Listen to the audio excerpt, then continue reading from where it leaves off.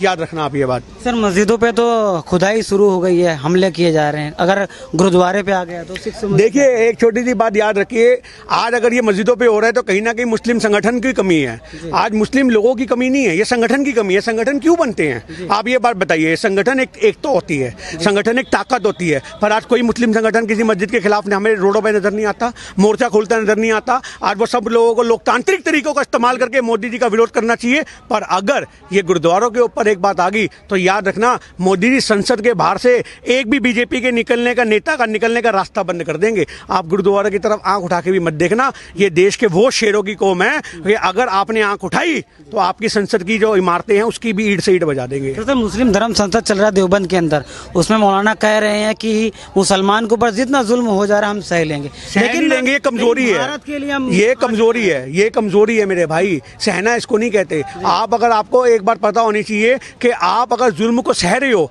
ये तो आपकी मेरे ख्याल मेरे को लगता है हर धार्मिक किताब का हिस्सा होगा कि जुल्म को सहना को भी एक बहुत बड़ा पाप है।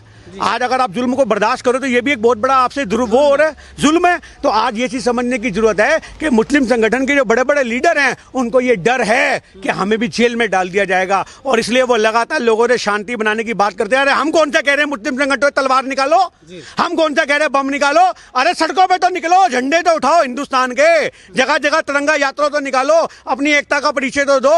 हम तुम मुस्लिम संगठनों से ये नहीं कह रहे कि तुम तलवार निकालो, तुम बम उठा लो और मस्जिदों के सुरक्षा के लिए बम मारो जगह जगह, पर मस्जिदों की सुरक्षा के लिए धर्म गुरुओं को आगे आना पड़ेगा, सड़कों पे लेटना पड़ेगा, लोकतांत्रिक तरीकों का इस्तेमाल करना पड़ेगा, संविधान के हिसाब से विरोध करना पड़ेगा। गांधी जी की आत्मा उनके अंदर आनी चाहिए, मुस्लिम संगठनों के अंदर, तब देश की मस्जिद बचेगी, तब देश का भाईचारा बचेगा। पर वो मुस्लिम संगठन डरपोक हैं। उन मुस्लिम बड़े बड़े नेताओं को डरपोकी का खिताब देना चाहिए जो सिर्फ और सिर्फ बीजेपी का वोट काटने का काम करते हैं, कांग्रेस पार्टी का, और बीजेपी का सपोर्ट करते हैं। आज बड़े बड़े मैं नाम नहीं लूंगा, ऐसे कितने सारे बीजेपी के प्रवक्ता जो नेता हैं जो बीजेपी को इंडायरेक्टली मुस्लिम संगठन सपोर्ट करते हैं। उस मुस्लिम संगठनों को सोचना चाहिए कि किस तरीके से भाईचारे को बनाया जाता है, सड़कों पर उतरने की जरूरत है।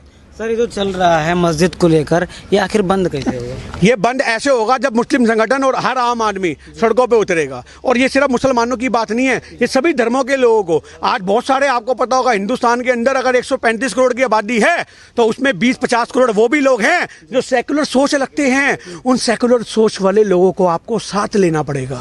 ये सब मुस्लिम संगठनों को सड़कों पर मोर्चे खोलने पड़ेंगे, क्योंकि ये सिर्फ धर्म की बात नहीं है। मेरी बात सुनिए, ये एक आत्मसम्मान की बात है। आज ये गुरुओं के आत्मसम्मान की बात है। तुम हमारे गुरुओं के आत्मसम्मान को पैरों तले रोंद रही हो।